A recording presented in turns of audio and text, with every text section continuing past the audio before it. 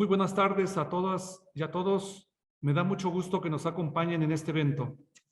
A nombre del doctor Sergio Ernesto Casanueva Reguard, director general de Casa de Moneda de México, me permito darles la más cordial de las bienvenidas a esta tercera y última conferencia en línea que preparamos para ustedes con motivo del 487 aniversario de la fundación de Casa de Moneda de México. Antes de iniciar, les informo que el chat estará disponible para las personas que deseen hacer algún comentario o formular alguna pregunta sobre el tema. Las respuestas se atenderán al final de esta presentación. Para dar inicio a esta conferencia, tengo el honor de presentarles al doctor Ricardo Fernández Castillo, quien abordará en esta jornada de festejos el tema la proyección internacional de moneda de plata, de la moneda de plata en la transición de la Nueva España al México independiente. Antes de cederle el uso de la palabra, les daré una breve semblanza de su currículum. Ricardo Fernández Castillo es licenciado en Historia por la Facultad de Ciencias Antropológicas de la Universidad Autónoma de Yucatán. Además, es maestro y doctor en Historia por el Colegio de México. Actualmente es postdoctorante en la Facultad de Economía de la Universidad Nacional Autónoma de México. Asimismo, cuenta con las siguientes distinciones. En 2021 recibió el primer premio a la mejor tesis doctoral por la Asociación de Historiadores Latinoamericanistas Europeos, la AILA, en París, Francia, y una mención honorífica a la mejor tesis de posgrado en Historia Económica de América Latina por la Asociación Peruana de Historia Económica en el marco del 7º Congreso Latinoamericano de Historia Económica, la CLAD. Ambos reconocimientos fue por su tesis doctoral Los enigmas en la formación del sistema monetario mexicano durante la transición del virreinato al México independiente. En 2019, premio a la tesis doctoral La formación del sistema monetario mexicano en la transición al México independiente, otorgado por el Instituto Nacional de Estudios Históricos de las Revoluciones de México. Premio Salvador Rodríguez Loza al mejor promedio de la Facultad de Ciencias Antropológicas de la Universidad Autónoma de Yucatán, generación 2008-2011. En 2011, Premio Estatal de la Juventud, otorgado por el Gobierno del Estado de Yucatán, entre otras distinciones. Sin más preámbulo, cedo el uso de la palabra al doctor Ricardo Fernández Castillo, a quien le damos la más cordial bienvenida. Adelante, doctor. Muchísimas gracias. Buenos días. Desde luego quiero agradecer pues toda la organización que implica, que ha significado el ciclo de conferencias, la invitación, el propio desarrollo del evento.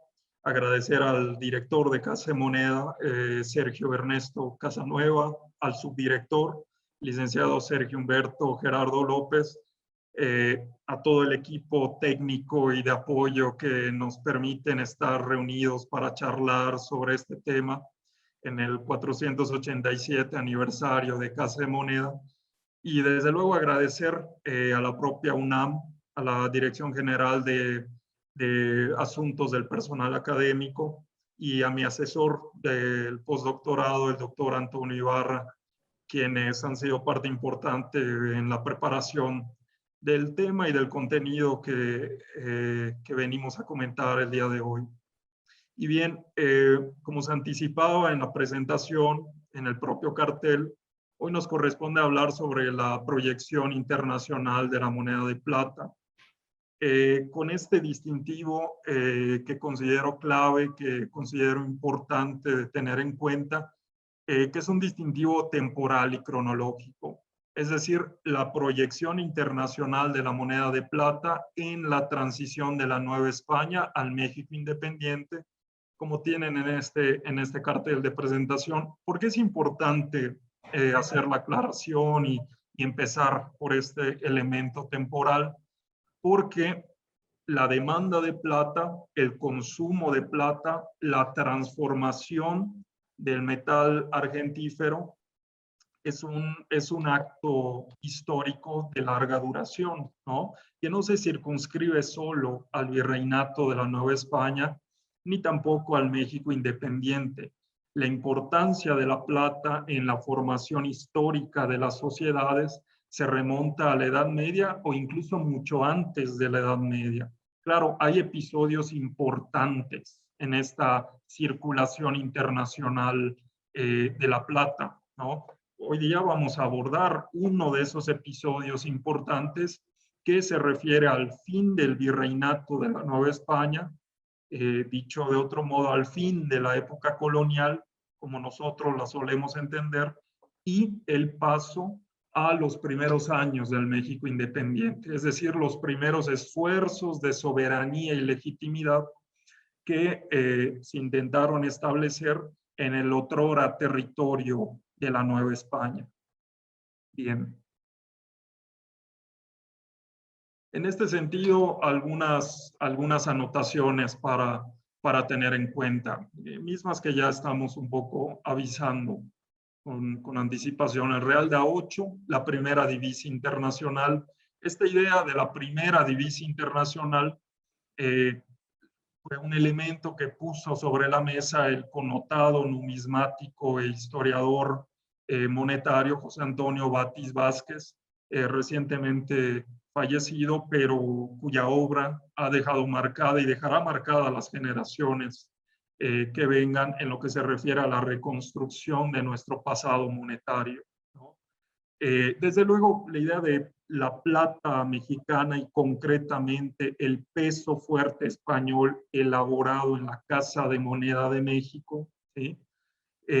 Como primera divisa de alcance global, ha sido retomada por otros estudiosos, por otros, tanto de la historia monetaria como de la numismática e interesados en general en este tema, ¿no? Conocemos, suele ser parte del bagaje, ¿no? Esta idea de que la plata era constantemente demandada, ¿no? En Europa Occidental, en Europa Central, en Asia, en distintas latitudes de ese continente, como vamos a ver a continuación.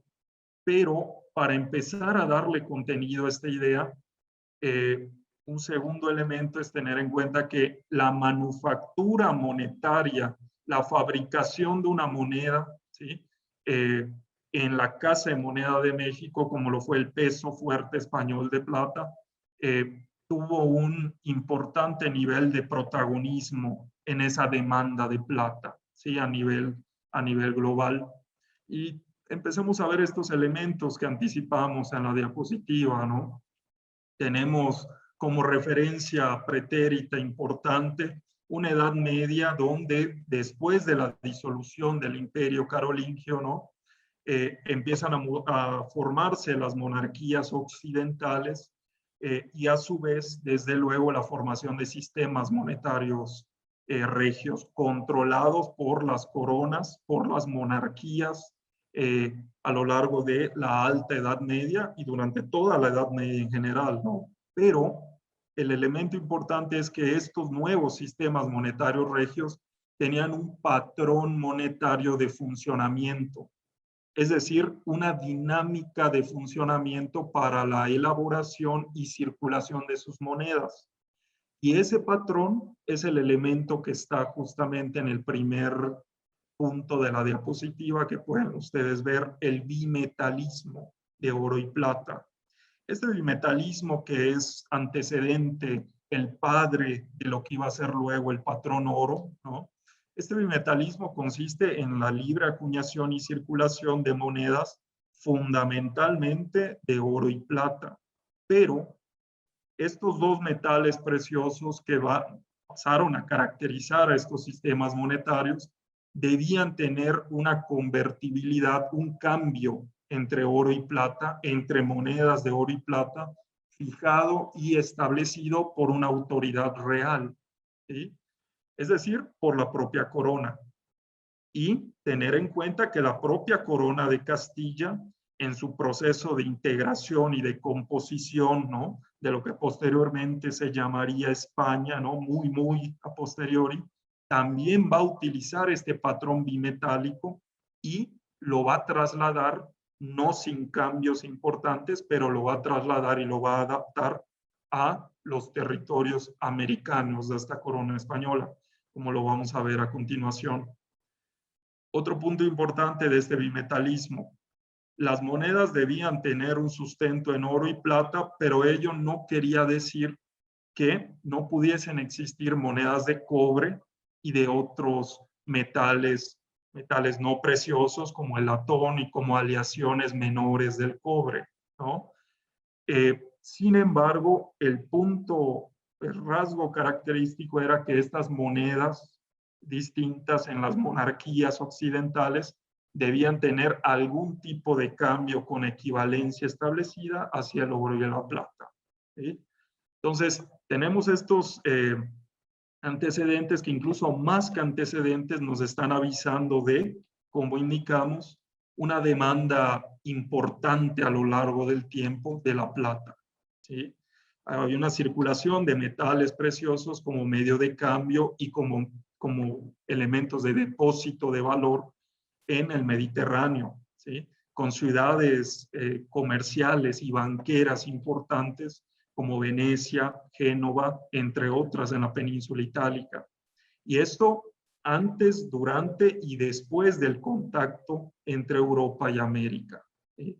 Entonces, este afán, esta búsqueda de yacimientos de metales preciosos para explotarlos y comercializarlos, pues es algo, digamos, un motor histórico que estuvo funcionando y que alentó también el contacto con América y el establecimiento institucional de lo que hoy día conocemos como la época virreinal o colonial.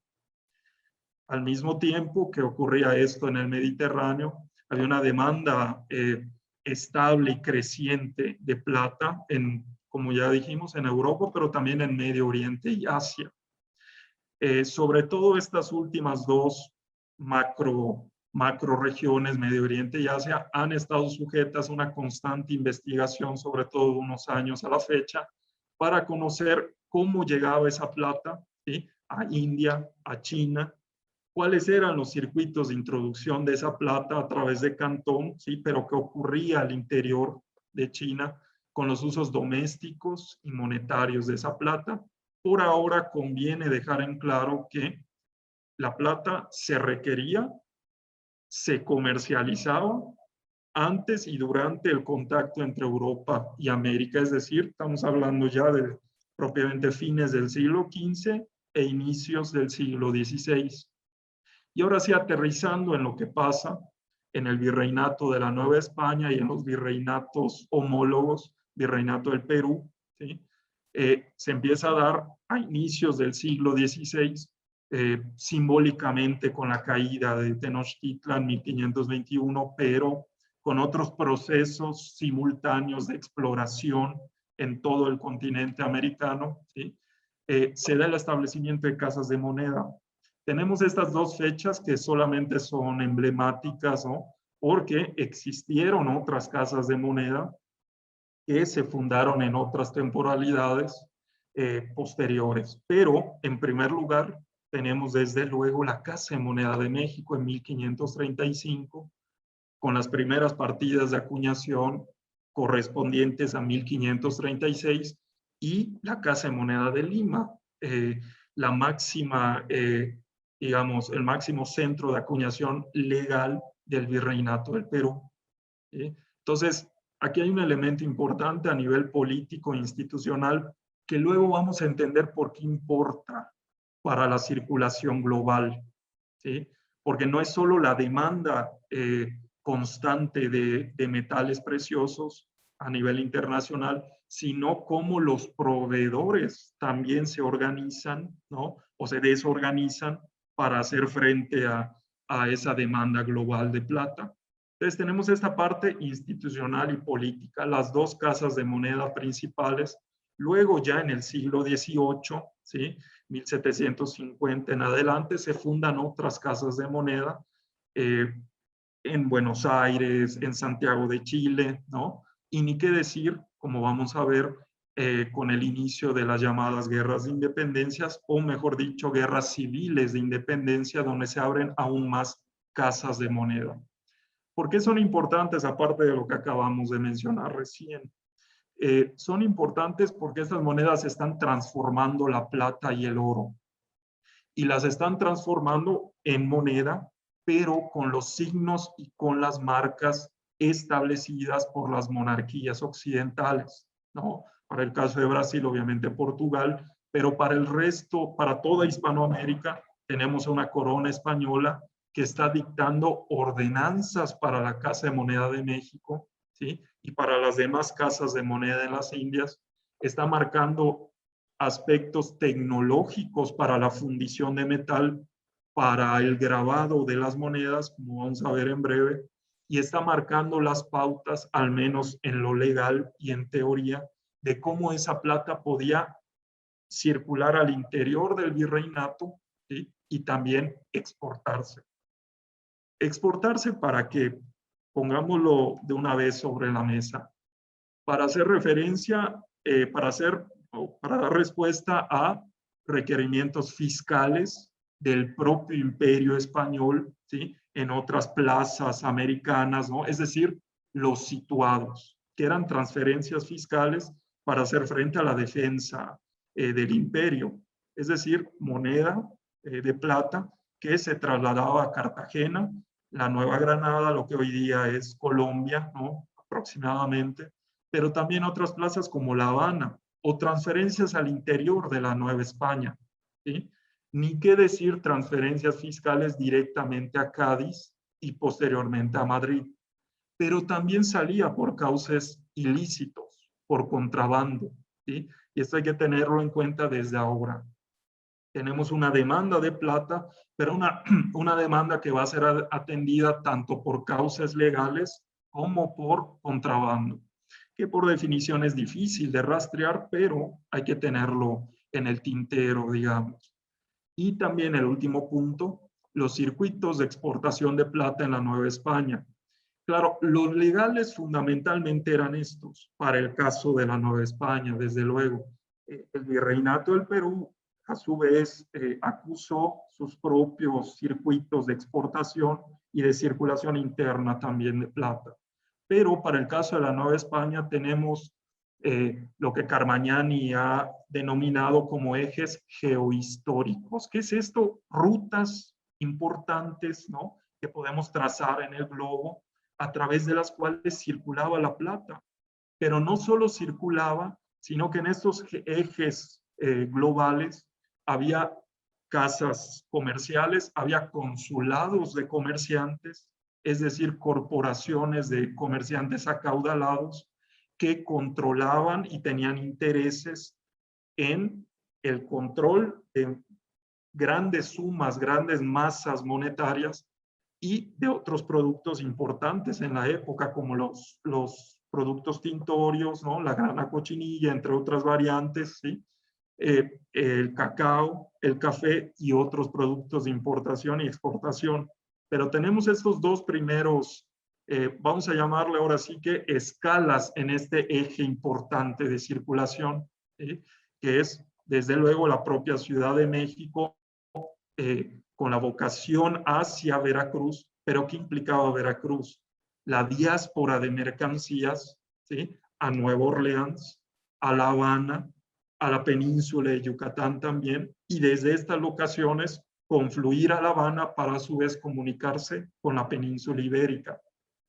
Y eso solamente era una porción de este eje global para la circulación de la plata, pero poco a poco lo vamos reconstruyendo, porque la plata al llegar a Cádiz no se quedaba necesariamente en territorio ibérico, sino que a través de casas comerciales holandesas, inglesas y francesas, con comisionados en Cádiz, esta plata refluía a otras monarquías del occidente europeo. Y esa plata, a su vez, se podía quedar para los sistemas monetarios del occidente europeo o también para saldar deudas en Oriente. Y reitero, solamente vamos reconstruyendo pequeñas piezas de estas rutas amplias y laxas de la circulación internacional de plata. Ahí tenemos, nada más a nivel terminológico, otro fragmento importante de esta circulación global, el eje México-Acapulco. Sí, Ciudad de México, el puerto de Acapulco, autorizado para comerciar durante la época colonial, pero ¿qué implicaba Acapulco? Otra diáspora o también de absorción de mercancías, pero esa diáspora o digamos la exportación que salía de Acapulco, desde luego implicaba fundamentalmente Filipinas, otro territorio importante de los dominios transoceánicos del Imperio Español, y en Filipinas, en Cavite, ¿sí? Ni más ni menos que en ese emporio, en ese núcleo, confluían comerciantes chinos, ¿sí? Quienes a su vez buscaban la plata tanto en pasta como en moneda acuñada en la Casa de Moneda de México, para a su vez saldar sus deudas, depositarla, fundirla o utilizarla como numerario, como moneda, ¿sí? A través de Cantón en distintos territorios de China, ¿sí? Entonces, esto ya estaba ocurriendo desde a lo largo de la época virreinal y sobre todo a fines del siglo XVIII y los albores de la Guerra de Independencia, aquí en México, en lo que era la Nueva España, ¿sí? Entonces, obviamente, cuando inicia la Guerra de Independencia, toda esta inercia histórica se hereda, ¿no? Como vamos a ver. Aquí podemos tener una perspectiva, claro, un poquito al hablar de esto o al escribir y publicar sobre estos temas, los investigadores muchas veces ponen sobre la mesa que, claro, había circulación global, pero al mismo tiempo eran viajes que tardaban meses, ¿no? Demoraban semanas solamente en preparar lo que implicaba el cargamento que iba a llevar el barco, registrar la guía, ¿no? El cargamento, los valores que se estaban llevando y luego tener suerte en términos de condiciones climáticas, ¿sí? Para llegar a las distintas latitudes que hasta ahora solamente he delineado en lo general, ¿sí? Eso hay que tenerlo muy en cuenta y solamente en lo referente a la Nueva España. Entonces, esta diapositiva que yo considero fundamental para ubicarnos ahora sí en lo que se refiere a la producción de circulante, de moneda, ¿sí? Checando primero las cronologías, aquí tenemos las distintas monedas que se acuñaron en la Casa de Moneda de México durante el periodo virreinal, ¿sí? No fueron las mismas. Lo que se mantuvo constante fue un monopolio monetario en manos de la corona española, del rey. Y eso asentado a nivel legal, ¿sí? Decretado sin discusión, ¿no? Que solamente las testas coronadas, como se decía en ese entonces, eran las que podían acuñar.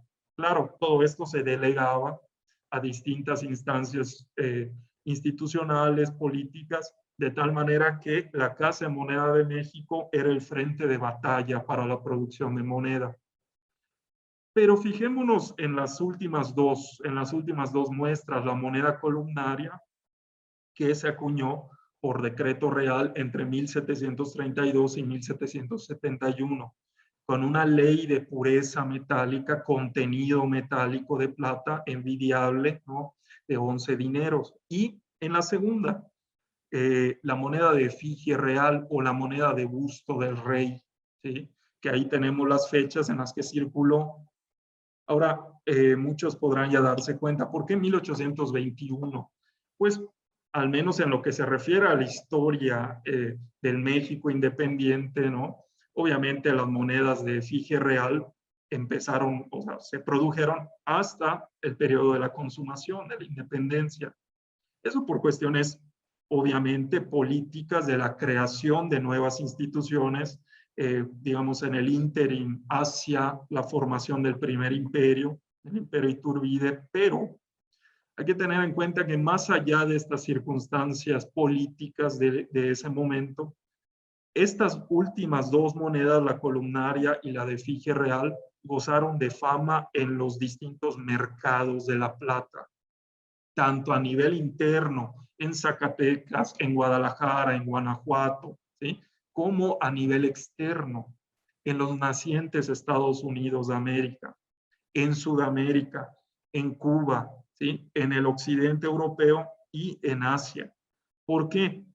Porque el hecho de tener un grabado con una ley de pureza metálica comprobada las hacía predilectas para el comercio, para usarlas como moneda, pero también, reitero, para, dependiendo de los intereses del comerciante, para refundirlas, ¿sí? Y aprovechar la plata.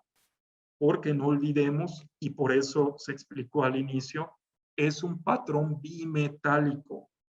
¿Y qué implicaba este patrón bimetálico? Que hay comercio, hay demanda de plata. Entonces, fallan las circunstancias políticas y sociales, la moneda es de plata, se puede refundir o se puede encontrar algún premio económico, ¿sí? En su intercambio, pues son monedas de plata, ¿sí? Y aquí está lo que anticipábamos, una herencia, ¿no? Se trata de una herencia, una proyección global. Entonces, ¿pero qué es esta herencia? Aparte de lo que hemos explicado hasta ahora. Fíjense del primer fragmento de la diapositiva, real de a 8. ¿Por qué? Porque un peso equivalía, ¿sí?, a 8 reales y cada real a 12 granos. Pero ese era el sistema, ¿sí?, de equivalencias de unidades monetarias de ese momento. Distinto, obviamente, al sistema decimal al cual estamos acostumbrados. Había un sistema monetario distinto que se respetaba en ese entonces. Entonces, por eso viene este término, este nombre, ¿no?, para referirse al peso fuerte de plata real de a 8. Pero no era el único nombre que recibía. ¿Por qué? Porque cada uno de los comerciantes e imperios que lo requerían le ponían a su vez sus propios apelativos, sus propios nombres: patacones, pieces of eight, piastres y stukken van achten. Eso es nada más para dar una idea de la amplitud de demandas internacionales que tenía la moneda elaborada en la Casa de Moneda de México. Entonces, aquí hay que tener en cuenta una expresión, ¿sí?, que los investigadores Eric Van Jong y también Antonio Ibarra han empleado para otros fenómenos históricos, pero se puede emplear para la Casa de Moneda de México, ¿sí? La Casa de Moneda de México en el periodo virreinal y también en la transición al México independiente es una suerte de lo global en lo local y lo local en lo global. ¿Por qué? Porque a través de la Casa de Moneda de México podemos rastrear estos circuitos globales, ¿sí? Puede ser como una llave de acceso a estos circuitos globales, la propia Casa de Moneda de México, ¿sí? Entonces, ¿qué empieza a ocurrir a fines del siglo XVIII? ¿Sí?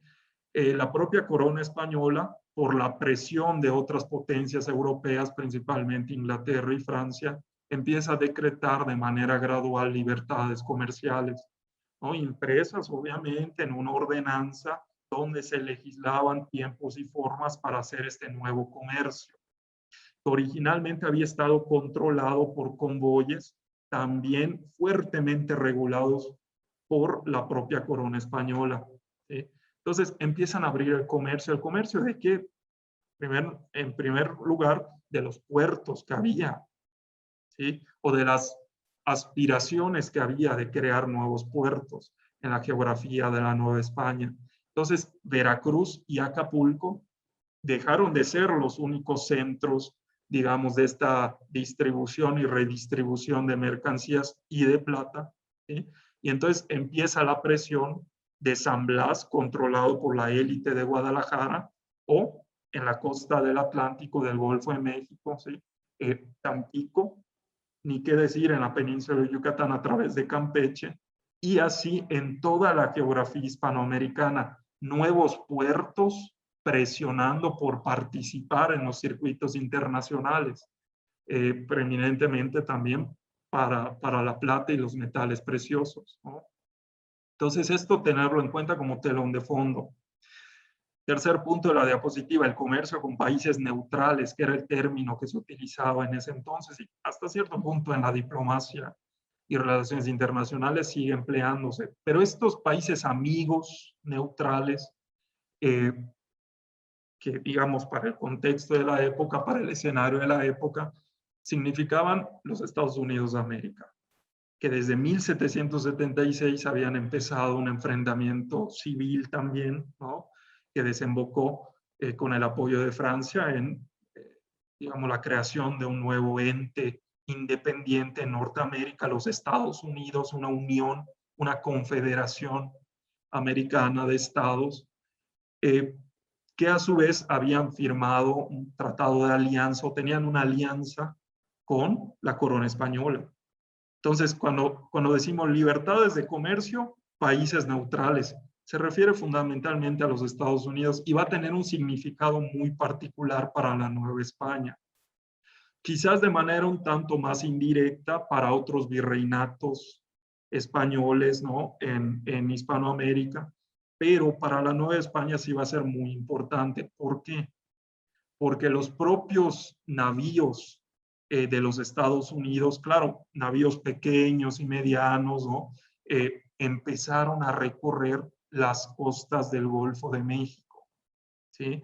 En Nueva Orleans, en Tampico, en Veracruz, en Campeche, ofreciendo productos, ofreciendo alimento, ofreciendo pólvora a cambio de la afamada plata mexicana, el afamado real de A8, el afamado peso fuerte español, ¿sí? Entonces, esto hay que tenerlo en cuenta, en primer lugar, por la alta demanda que tenía la plata novohispana en las 13 colonias británicas de Norteamérica y también en los propios Estados Unidos, ¿sí? Hay una demanda constante, incluso se le valora y tiene precio, premio, mejor dicho, ¿sí? Entonces, cualquier peso fuerte que llegara a la Unión Americana tenía cierta preeminencia para circular, ¿sí? Así era la fama, así era el renombre, ¿sí? Y digamos la fama política y económica que tenía el peso fuerte acuñado en la Casa de Moneda de México. Y esto también le da contenido y es más realista, digamos, para entender cómo salía la plata. Porque no es que saliera siempre en talegas o en cajas, ¿no? Directamente, digamos, al océano y a las distintas monarquías, ¿no? Y países, no. O sea, salía también a cambio de lo que se consumía en la Nueva España, ¿sí? Y tenemos una primera muestra, ¿no? De la moneda de efigie, ya la mostramos anteriormente, ¿no? Pero con marcas o resellos orientales, chinos. Y estos resellos significaban distintivos signos que acreditaban el valor de esta moneda o al menos determinaban la naturaleza de su circulación en China, ¿sí? En distintas latitudes. Como vamos a ver, en ocasiones esto era extremo al punto de desfigurar las superficies de la propia moneda.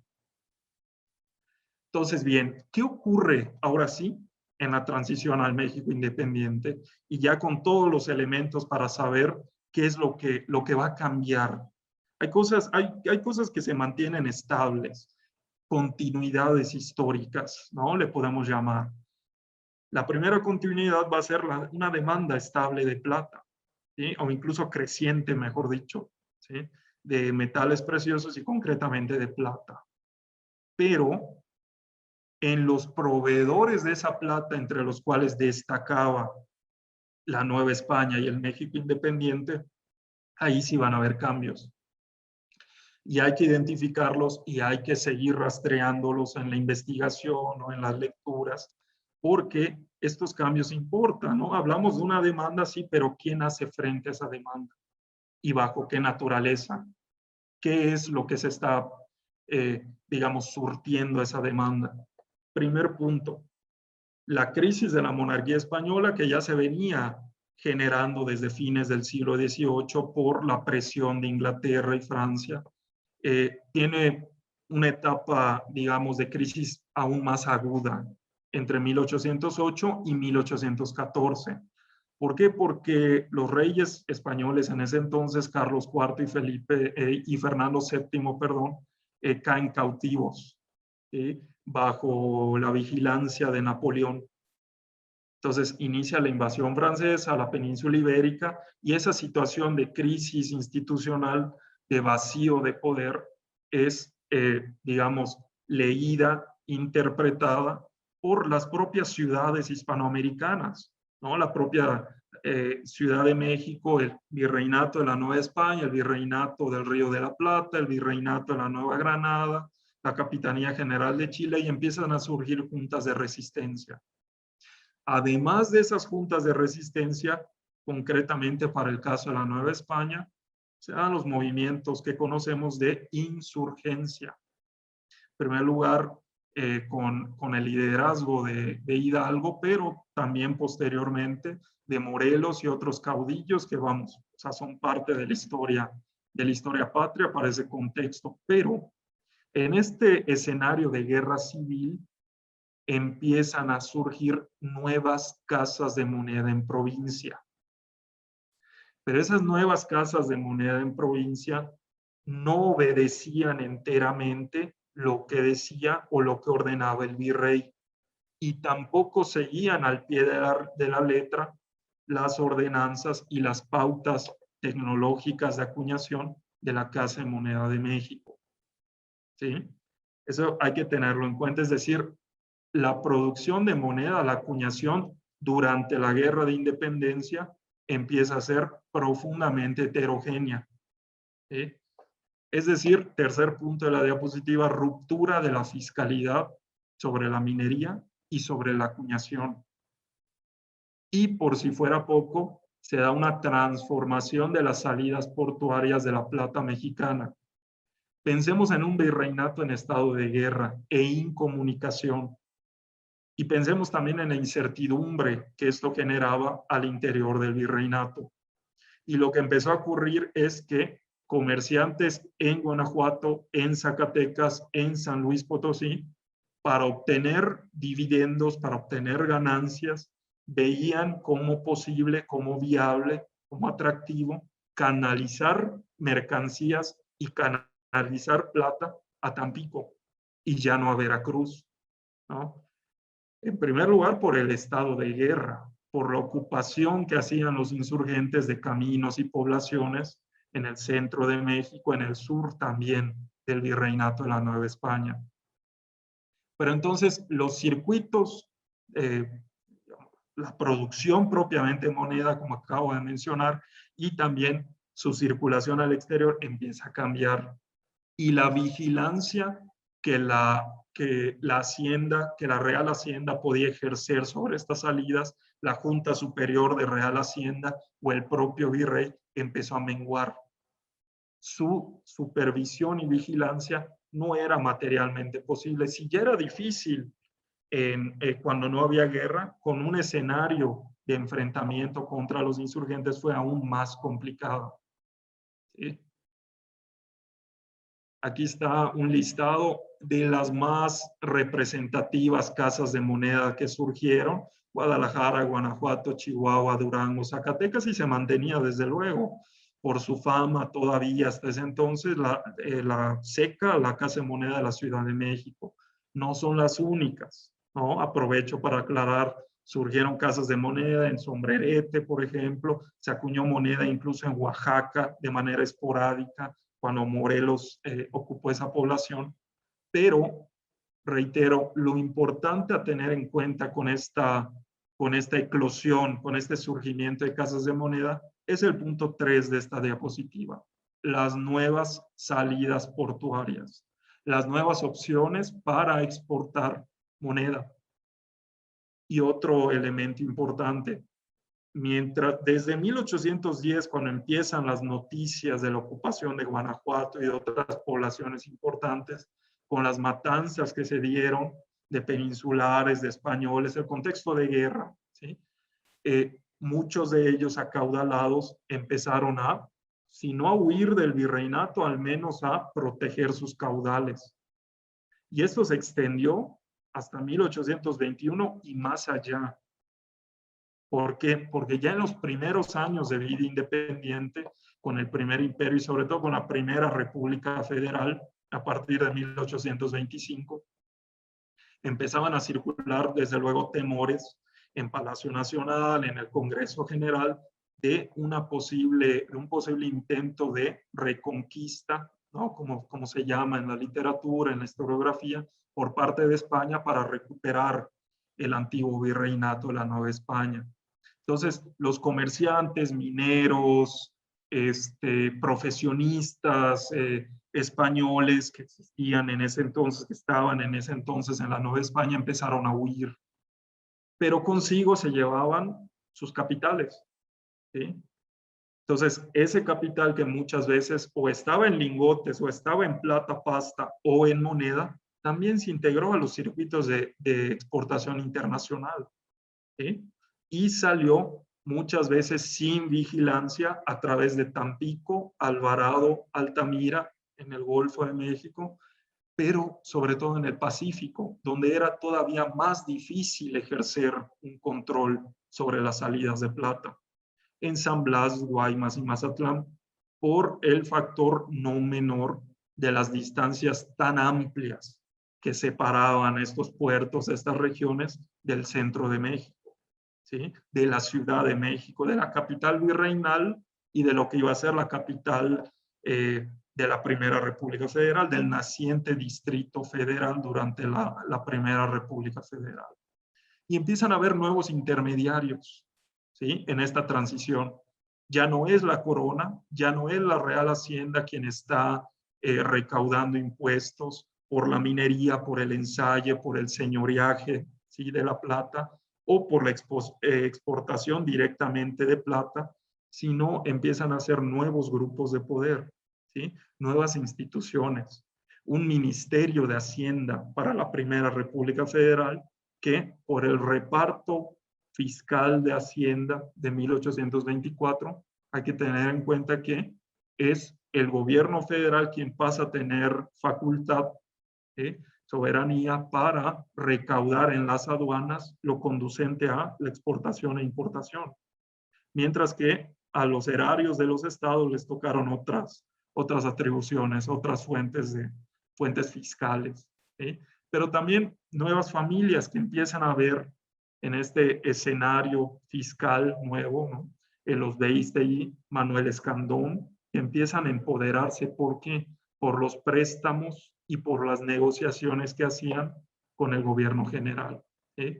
Sobre todo ya en tiempos del centralismo, algo que ha sido investigado por Tenenbaum, Bárbara Tenenbaum, ¿sí? Estos agiotistas, prestamistas, ¿no? Que llegaban a tratos, ¿no? Con el gobierno de Anastasio Bustamante, también con Antonio López de Santa Anna, durante la República Centralista, ¿no? 1836, 1846, ¿sí? Y ellos lo que obtenían a cambio de estos préstamos, claro, o al menos cierta proporción de esos préstamos, era títulos para eximirles de derechos en la exportación de plata, o incluso licencias obtenían para poder exportar plata en lingotes, plata, pasta sin amonedar, lo cual, como vamos a ver en breve, estaba prohibido, ¿sí? Entonces, tenemos un vistazo sobre todo a los enclaves, a los puntos en las costas, ¿sí? Vean cómo de ser Veracruz y Acapulco los únicos autorizados durante buena parte del periodo virreinal, ahí está Tampico, pero tengamos una perspectiva al menos breve y rápida de lo que implicaba el occidente, la costa occidental, ¿sí? Y la falta de control en estas salidas portuarias. Porque si bien San Blas, ¿no?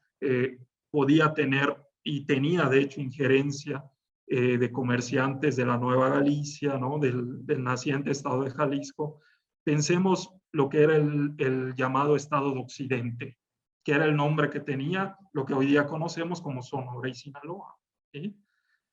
Pero las distancias tan amplias, tan laxas entre estos puertos y el Ministerio de Hacienda en la Ciudad de México.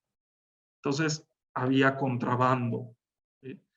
Salía mucha plata que se iba descubriendo y explotando en Guadalupe y Calvo, ¿no? Para el caso de Chihuahua, o también propiamente con el fomento de la Casa de Moneda de Culiacán ya bien entrado el siglo XIX, en 1843 aproximadamente, se empieza a fomentar la minería. Son casas de moneda un poquito ligadas a éxitos mineros, ¿sí? Eso hay que tenerlo en cuenta, ¿no? Esas casas de moneda y salidas portuarias responden a desarrollos económicos regionales que todavía es preciso continuar investigando, ¿no? Ahora bien, ¿qué se pensaba? Un poquito en Congreso General, en Palacio Nacional, en las tertulias que había con los primeros estadistas, ¿no? Los intelectuales de la época del México independiente. En primer lugar, había conciencia sobre la importancia de la plata, ¿sí? Y tan había conciencia de lo que se estaba heredando de la Casa de Moneda de México, de las minas, de la Nueva España, como la Valenciana, ¿no? Real de 14, entre otras, Real del Monte, ni qué decir, en Pachuca, ¿no? Tan había conciencia de ello que desde 1823, en los últimos días del imperio de Iturbide, y cuando se vuelve a convocar a un Congreso Constituyente ya en los albores de la Primera República Federal, se dan discusiones sobre el tipo de grabado que iba a tener la nueva moneda de la nueva república, ¿no?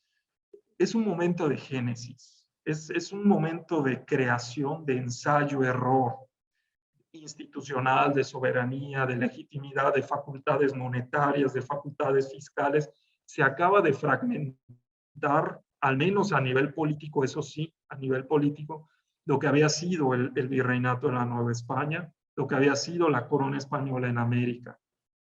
Pero estas discusiones en historia parlamentaria, ¿no?, que se dan sobre qué grabados iba a tener la nueva moneda, no eran solo por cuestiones políticas, sino también tenían una intencionalidad por la proyección económica de la plata.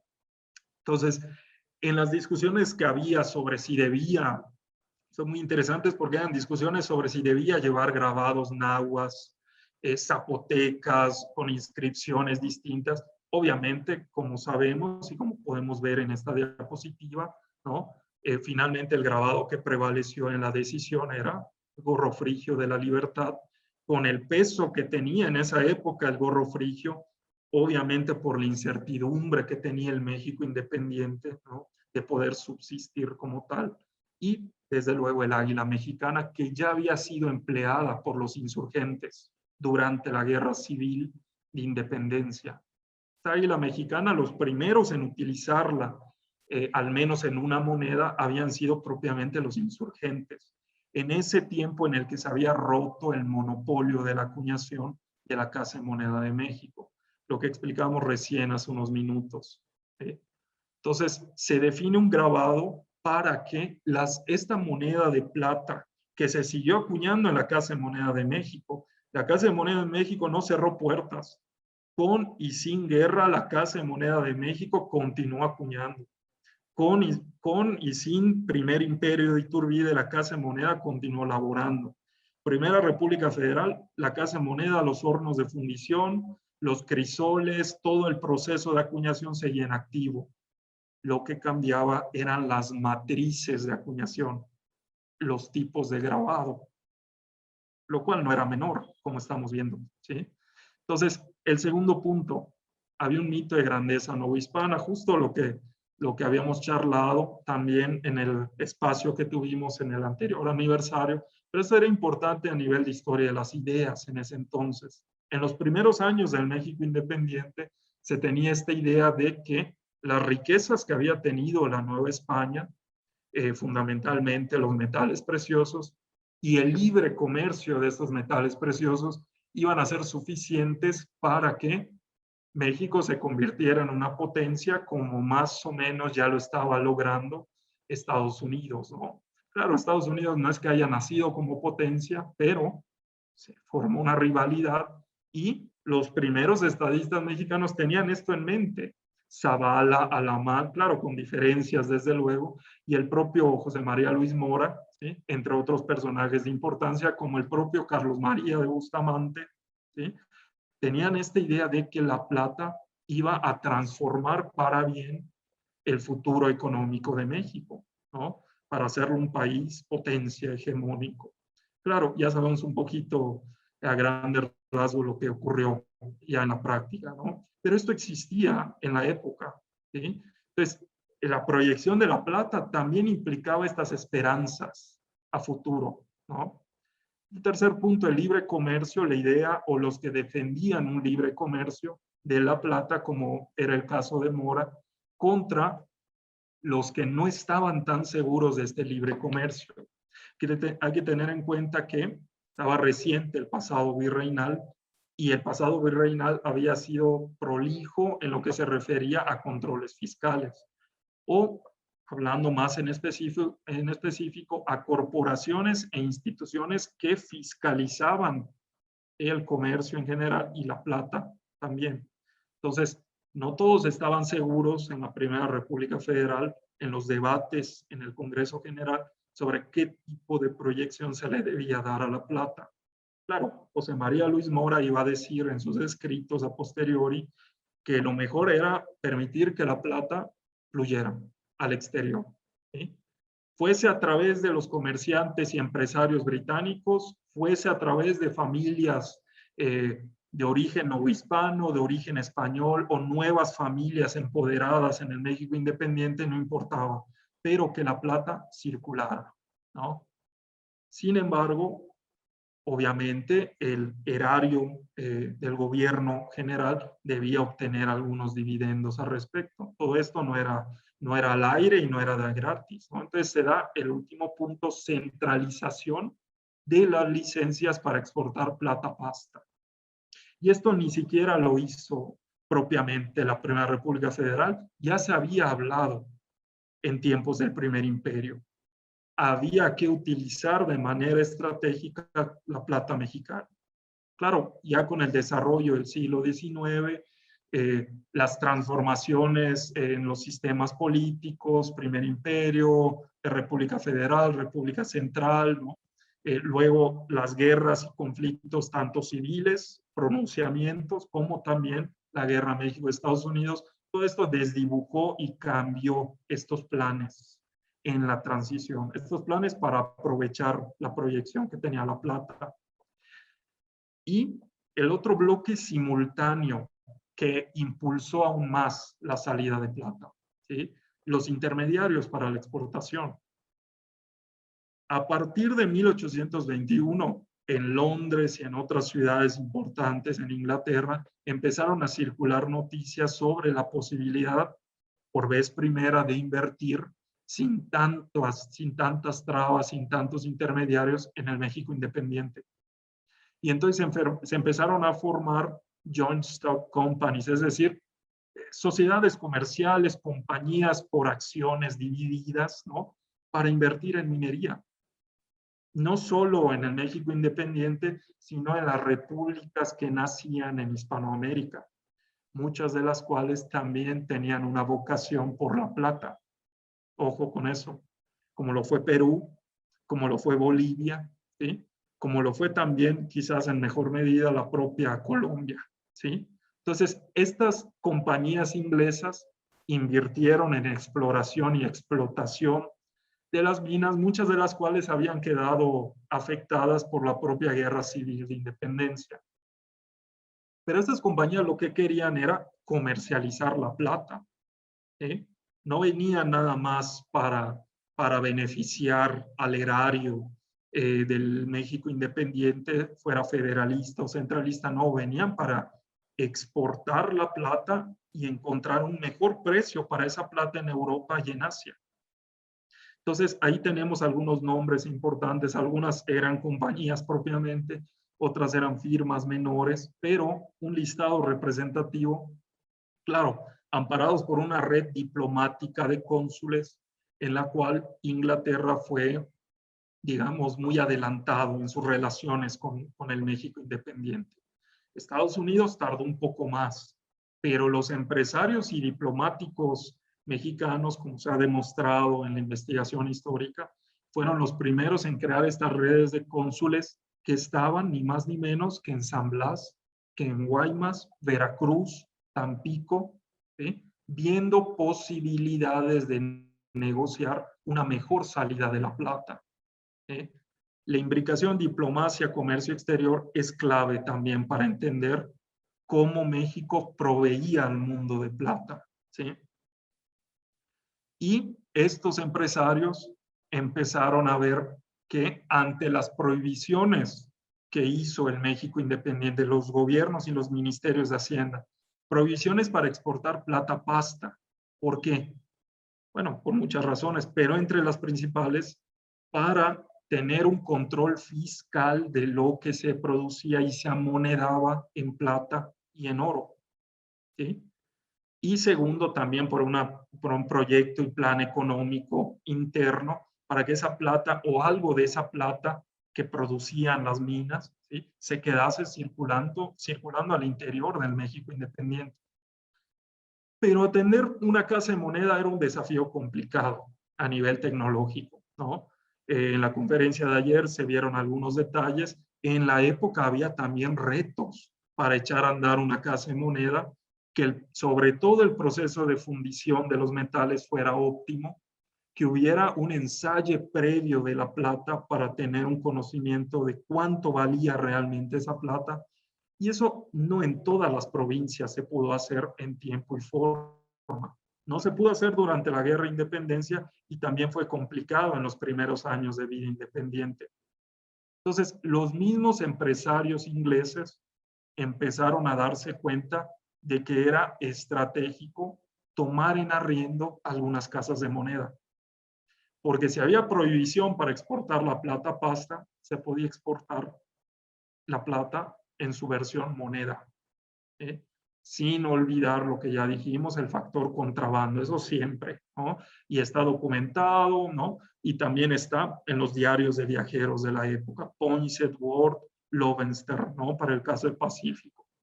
Entonces aquí tenemos un cuadro muy, muy incompleto, muy general, ¿no? Faltan casos, pero vamos viendo cómo varias casas de moneda empiezan a ser dadas en arrendamiento. Y esta moneda, claro, lo que hace falta ver es quiénes requerían los servicios de las casas de moneda ya una vez arrendadas. Chequemos las columnas, chequemos las temporalidades y veamos cómo se repite este nombre en la columna derecha, Manning and McIntosh. ¿Sí? Esta firma de origen británico, pero bueno, Evan Clark McIntosh, cónsul diplomático inglés en la Ciudad de México, ¿sí? Fue el que mejor leyó y el que mejor se adelantó para entender que el arrendamiento de casas de monedas, así se tuviera solo un porcentaje del arrendamiento de casas de monedas, pero era estratégico para poder exportar la plata. ¿Sí? Y si ya dijimos que hubo distintas transformaciones de los ministerios de Hacienda, del Poder Ejecutivo, de los regímenes en el México independiente, entonces al menos si hay un factor, no es que todo haya sido caos, eso hay que descartarlo, ¿no? Había proyectos económicos, pero el problema era la falta de continuidad. Y los que sí tenían continuidad eran estos de la tabla, sobre todo Evan Clark McIntosh. ¿Sí? Continuidad en lo que se refiere al control de la producción y exportación de la plata o una mejor injerencia en esa exportación. Y porque al mismo tiempo decía, hay continuidades, cambios y continuidades. Los cambios los acabamos de ver. Las continuidades, porque el bimetalismo durante todo el siglo XIX siguió funcionando como patrón monetario. ¿Sí? Es decir, las principales monarquías europeas, excepto Inglaterra, que en 1816 adoptó el patrón oro, pero las demás monarquías, incluyendo a Francia, ¿sí? Con una importancia a nivel geopolítico y global, ¿sí? Siguieron consumiendo, acaparando oro y plata. ¿Sí? Entonces, la plata mexicana siguió siendo demandada en el occidente europeo y también en China, India y Medio Oriente.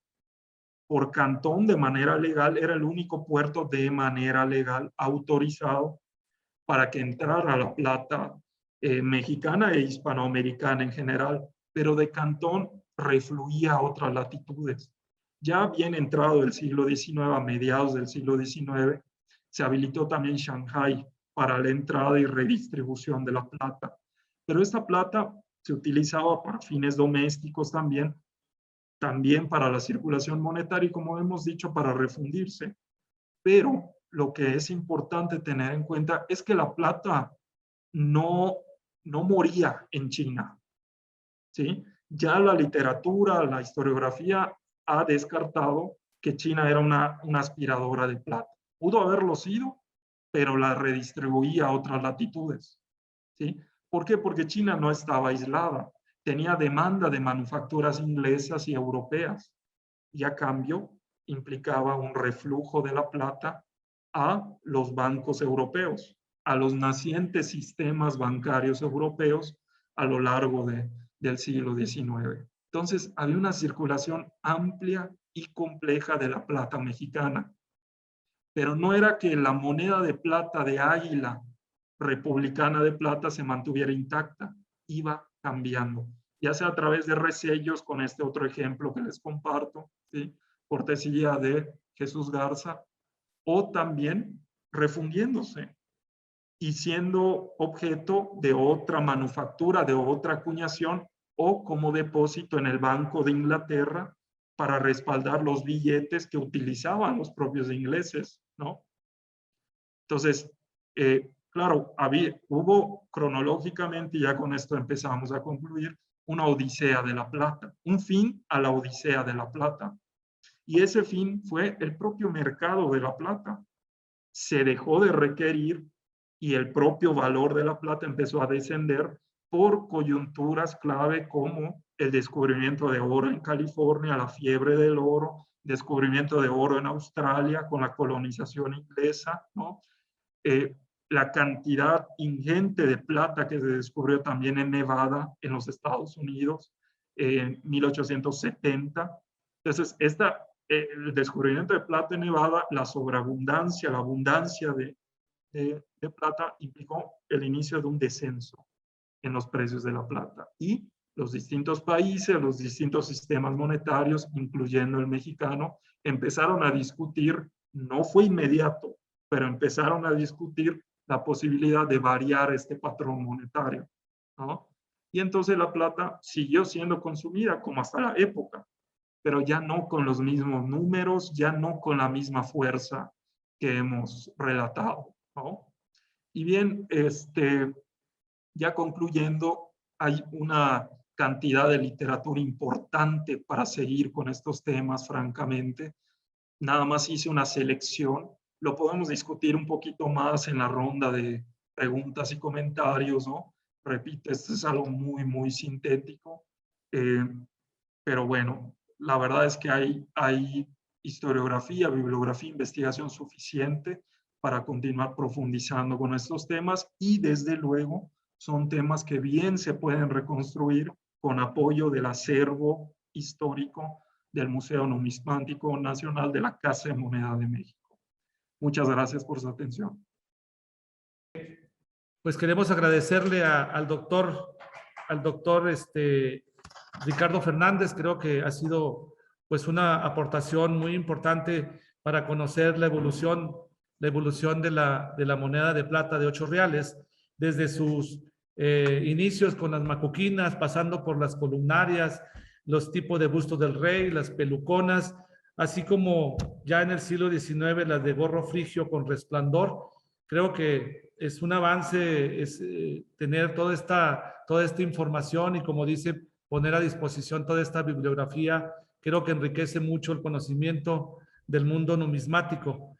Tengo yo aquí unos comentarios y felicitaciones para Ricardo Fernández. Ángeles dice buenas tardes a todos, saludos. Raúl Martínez dice buenas tardes, agradecemos la invitación a esta presentación, saludos desde Lina. Antonio Juárez, saludos desde Durango, por parte del Museo Numismático, por su director, licenciado José Antonio Juárez. Muchas gracias. Jorge Huerta, gracias por su invitación. Guillermo Rafael Vargas, muy interesante, comenta que es muy interesante toda la presentación. Y tenemos también, tenemos dos preguntas de parte de José Rentería y tenemos otra de parte de Adrián González. En el caso de José Rentería, nos pregunta hablando un poco sobre el Real de 8, dice, ¿hasta cuándo el gobierno de México dejó de acuñar monedas de 8 reales de plata?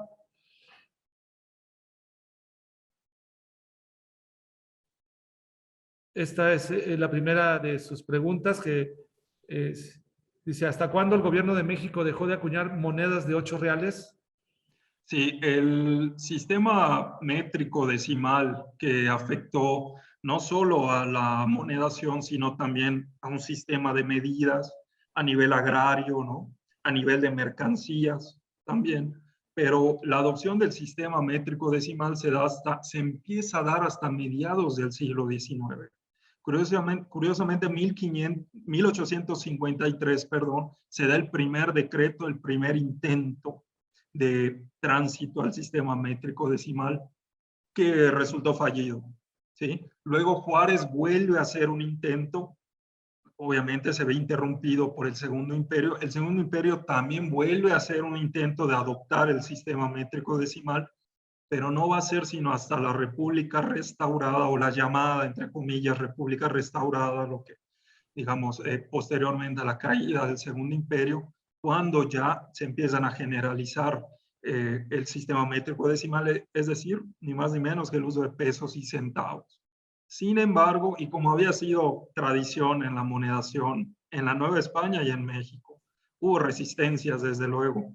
¿Por qué? Porque la población, los tenedores de moneda, estaban acostumbrados, en primer lugar, a usar un sistema octaval, ¿no? De pesos reales y granos, sobre todo para el comercio, lo que hoy día denominamos comercio al menudeo, ¿no? El comercio de corta escala. Entonces hubo resistencias de tal manera que en la década de los 60 y 70 del siglo XIX hay una confluencia de pesos y centavos con esas resistencias todavía de las monedas águila mexicana, pero que todavía eran del sistema octaval. Ahora, ¿qué era lo que estaba detrás? Un mercado de la plata que le daba sustento a estas monedas, un mercado bimetálico. Entonces, claro, podía ser una moneda que ya no era válida, pero era de plata.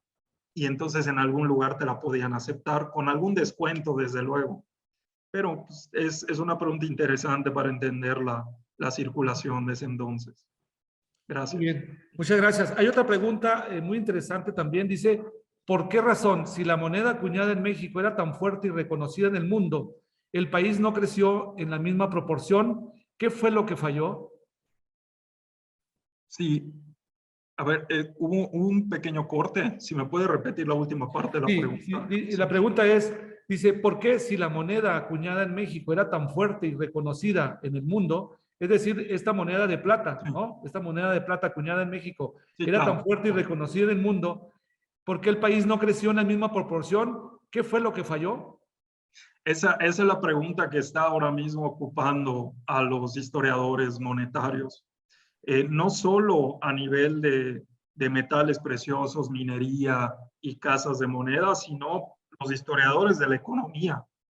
Es decir, ¿por qué se da hay quienes le llaman estancamiento económico, algunos le llaman más bien retroceso económico comparado con el esplendor que registró Humboldt a inicios del siglo XIX en la Nueva España? Y hay quienes dicen que no, que sí hubo algo de recuperación, algo de crecimiento económico.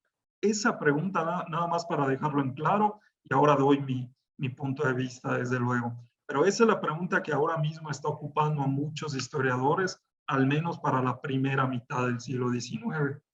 Ahora bien, un punto que quisiera poner sobre la mesa relativo a esta pregunta es, no todo fue caos, como anticipé en la presentación. Sí hubo planes, hubo proyectos, se siguen reconstruyendo, proyectos desde los ministerios de Hacienda y también desde las diputaciones provinciales, las legislaturas estatales, las casas de comerciantes en provincia. Ellos igual importaron e intentaron utilizar la plata, pero lo que había era una falta de regularidad en esos proyectos y consiguientemente aislamiento de las unidades productivas, haciendas, centros de producción textil, minas, las propias compañías inglesas en provincia. Sí hubo producción, se ha demostrado, producción de plata, oro, azúcar, ¿no? En el centro de México, pero esa producción eran unidades productivas regionales. No pudo haber sustento, un plan amplio para articular esas unidades de producción. Y la plata siguió saliendo, benefició a algunos actores nacionales, claro que sí, pero con este escenario era difícil, reitero, que la plata que salía realmente significara una respuesta en fomento económico a nivel interno. Claro, esto es muy genérico lo que estoy diciendo. Va a tener un significado dependiendo de la región, dependiendo de la cronología, pero bueno, por ahí va mi punto de vista. Ok. Tengo por aquí nuevos comentarios. Paola Velasco, felicitaciones al doctor Fernández. Antonio Juárez, felicitaciones al doctor Fernández. Armando, felicidades, muy interesante. Alicia Padierna, excelente presentación. Y una pregunta, ¿cómo afectaba la pérdida de plata con la intervención de piratería inglesa a la Nueva España? Importantísima esa pregunta. A ver, claro, hay mitos y leyendas sobre esa piratería, sobre todo para el siglo XVI, XVII y XVIII.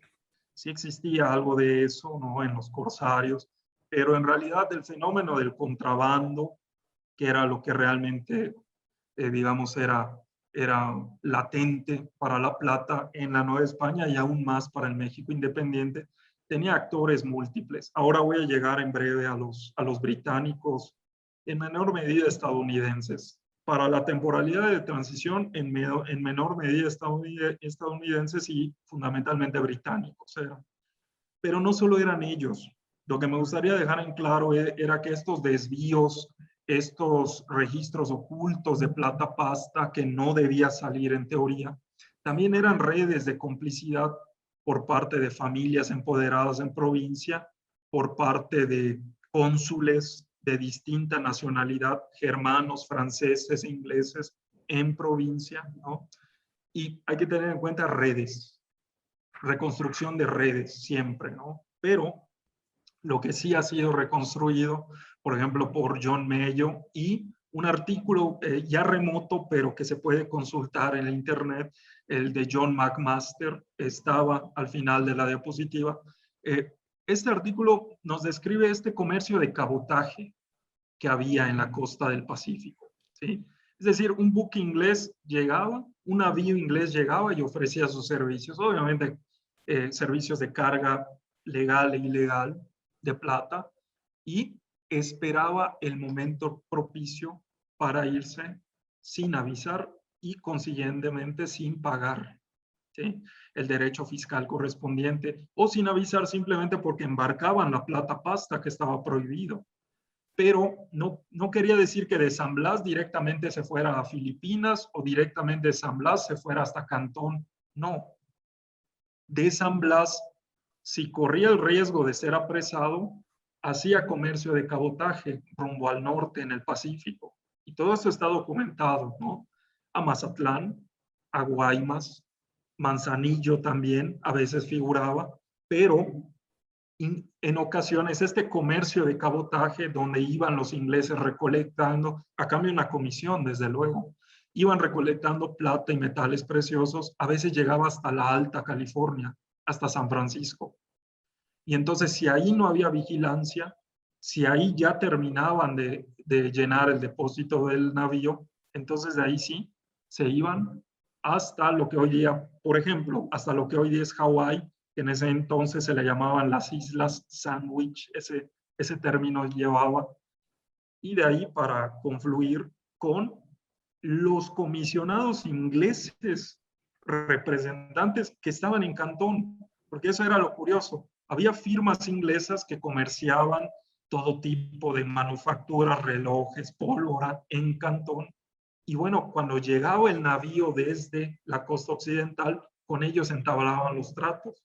A veces ni siquiera de manera indirecta, de manera directa con comerciantes chinos, ¿no? Entonces, eso es para darle más contenido a cómo funcionaba, ¿no? esta exportación. Gracias. Ok, muchas gracias. Felipe Castillo dice, muy buenas tardes, gracias por la invitación, muy interesante y muchas felicidades al doctor Ricardo Fernández. Saludos desde Cancún, Quintana Roo. Neto Velázquez, excelente presentación. Y tenemos aquí otras preguntas. Adrián González, de la Sociedad Numismática de Monterrey. Felicidades al expositor, es un tema bastante amplio.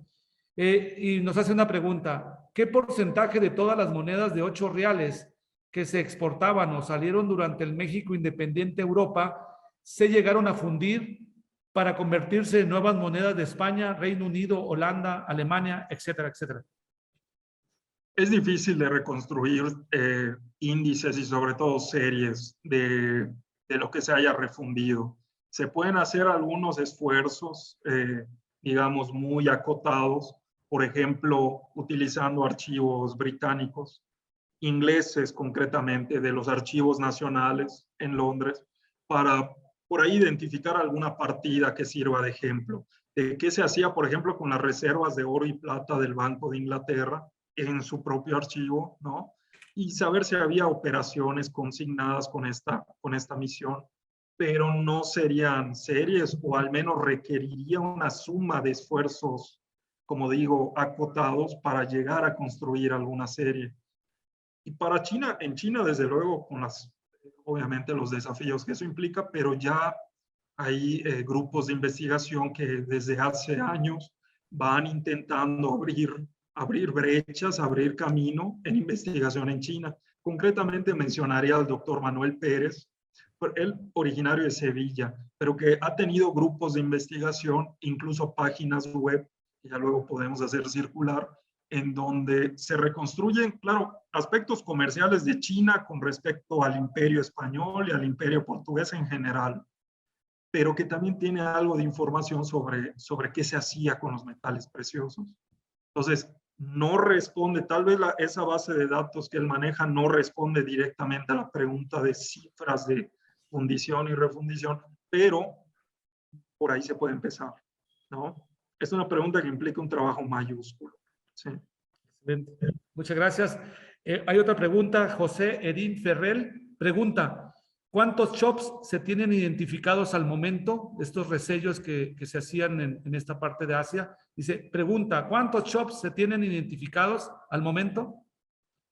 Probablemente algún numismático coleccionista pueda darnos algún ejemplo, alguna muestra de esto en concreto. No, el dato no lo tengo a la mano, pero hay una variedad estilística que incluso escapa, porque no es solo ver los shops y sus formas, sino tratar de identificar a qué comerciante correspondían, a qué juez de distrito correspondían, por llamarle, por darle un nombre, a qué jurisdicción comercial o política correspondía, ¿no? Entonces, claro, la parte artística, estilística, pero también la parte social, económica, cosa que también se hizo en México.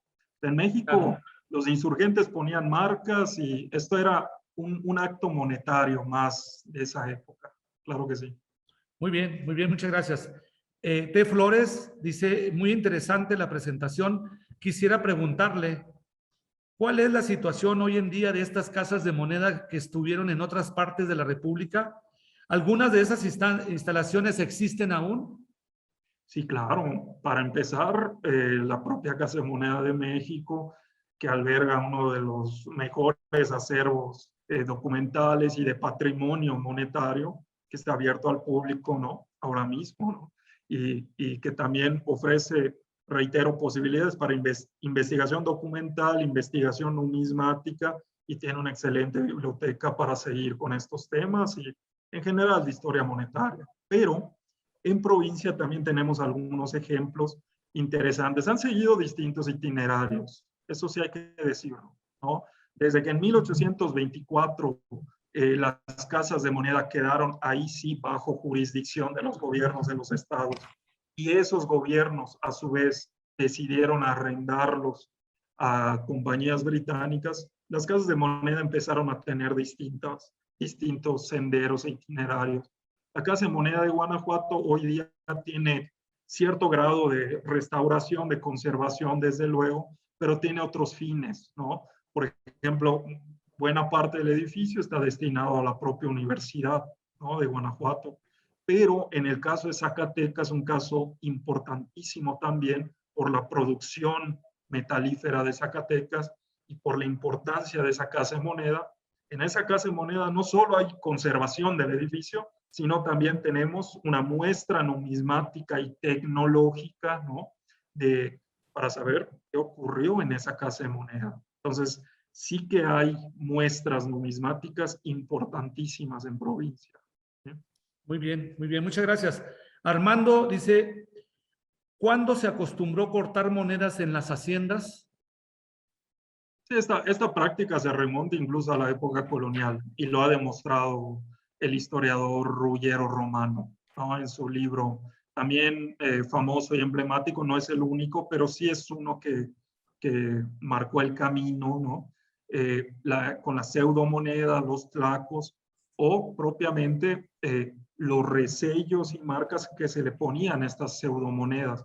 Es decir, como un poco se sabe en lo general, había regiones en donde había escasez de plata y para el comercio al menudeo de azúcar, café, harina, maíz, etcétera, etcétera, muchas veces el cambio era con estos tlacos, con estas monedas, que en el mejor de los casos eran de cobre, pero sí no eran de madera, de cuero, ¿no?, o algún signo en papel, pero que obviamente tenían una amplitud limitada, una jurisdicción de circulación limitada, de tal manera que el consumidor tenía que regresar o a la hacienda o al comercio en específico para poder reutilizar esta moneda, ¿no? O, respondiendo a la pregunta, la moneda recibía una marca y se podía utilizar en otros establecimientos, pulquerías o pulperías, que era el nombre que recibía las tiendas de genéricos, ¿no?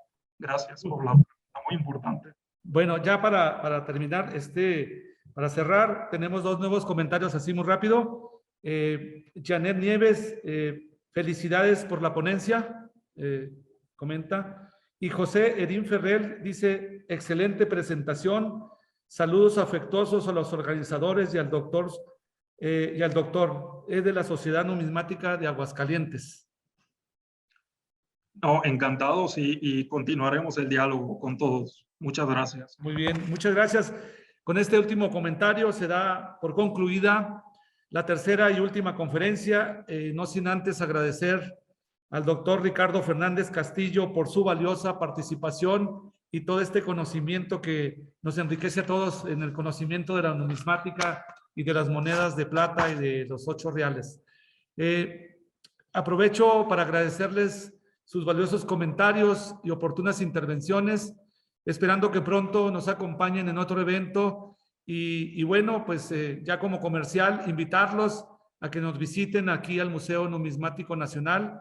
Tenemos espacios que ustedes ya más o menos han conocido con las 2 presentaciones, en donde está todo un proceso de la sala de fundición, la sala de amonedación, tenemos una galería numismática, tenemos una sala del Banco de México muy interesante con toda una historia también del papel moneda que inició en las diferentes épocas, pero lo más importante, a partir de la fundación de Banco de México en 1925, y tenemos un sitio conocido que tenemos el Museo de Sitio, tenemos un espacio arquitectónico de primer mundo, así que pues todos están invitados. Les agradecemos mucho todo este tiempo que nos brindaron y bueno, pues buenas tardes y hasta luego.